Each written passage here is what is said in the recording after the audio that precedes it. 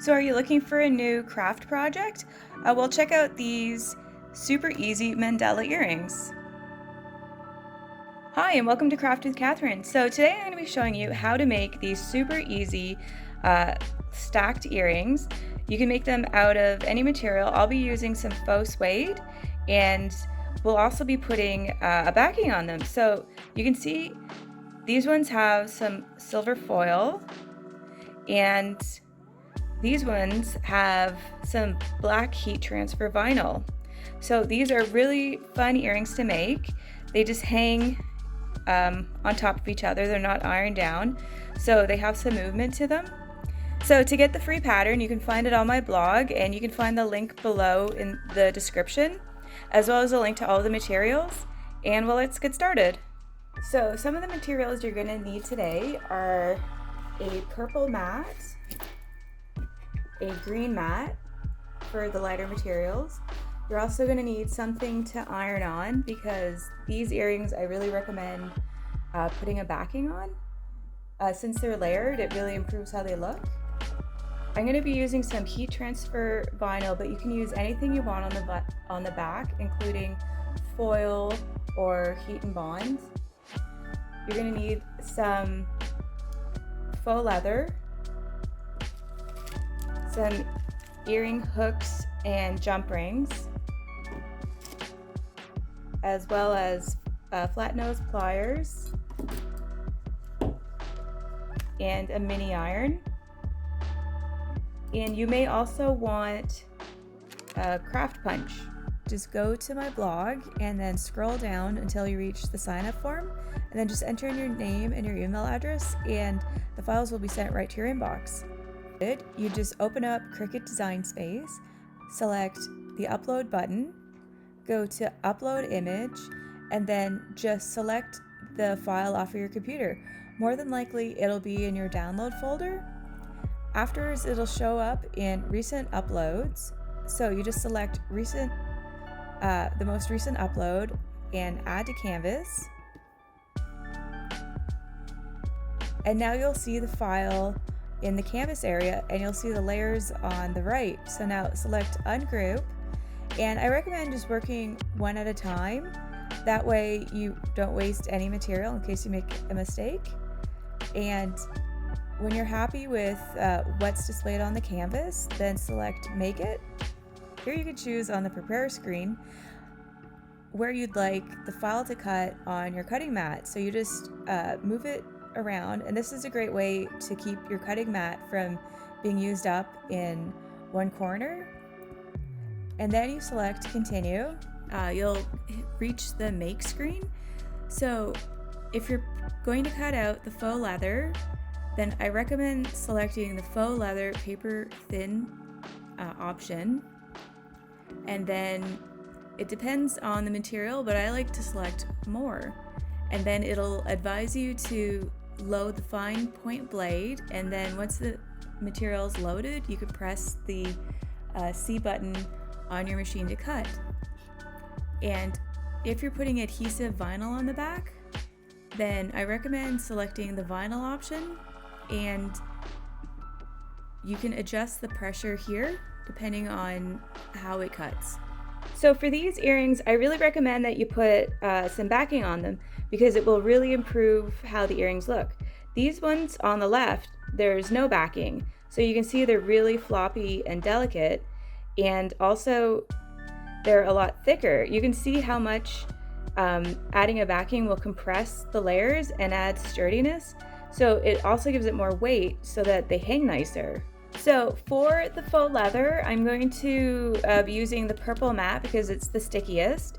And here I have a piece of faux leather that I cut out. I recommend just doing one color at a time. And I also recommend that you cut it out just to the size that you need. Don't use the whole sheet, because it'll mess up the alignment, and also it'll make your mat sticky. It'll make your mat dirty. And it's nice to be able to keep it as clean as possible. Another great tip is to use some transfer tape. So I'm just going to cut this to the same size, and now just remove the tape from the paper backing. And here you can see the back side is fluffy and this is the good side.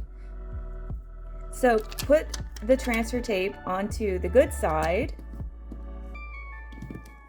and now it's ready to be put on your mat. So just position it onto your mat,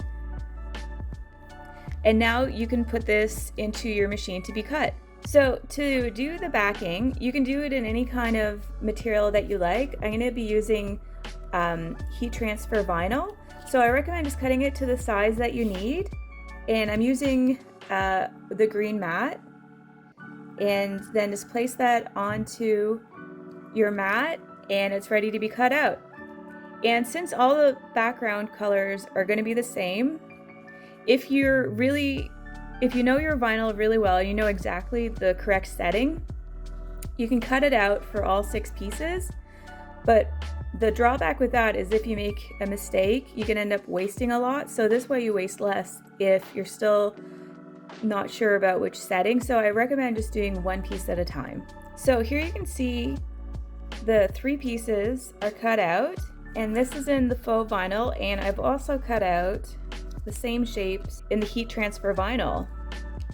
So now it's ready to be put onto the back of the fabric pieces. So now we're going to attach the back to the earring. So turn it onto the back side and put the vinyl down. And if you're worried about it shifting, you can use a bit of transfer tape to hold it in place. So now I'm just going to put another piece of the Teflon on top. You can also use parchment paper, and you press with your craft iron according to the manufacturer's instructions. So now I'm just going to leave this cool. So I'm just going to remove this, and I find you can use this tape a couple times. So I'm just going to put it back on here and gently peel this away. I find it's best to cut out both the heat transfer vinyl and the faux leather separately and then press them on like this, because I find it's trickier to put it on first and then cut it because it makes it thicker. So this way it's almost flawless. So I'm just going to repeat this onto the other 2 pieces. So here you can see the 3 finished pieces.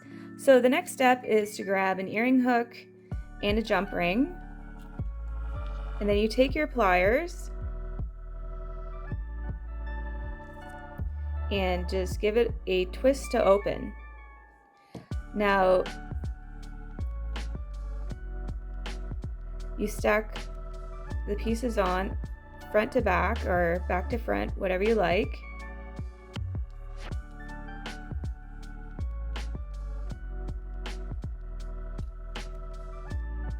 And now you stack on the earring hook. Now you can take your pliers and twist them back together.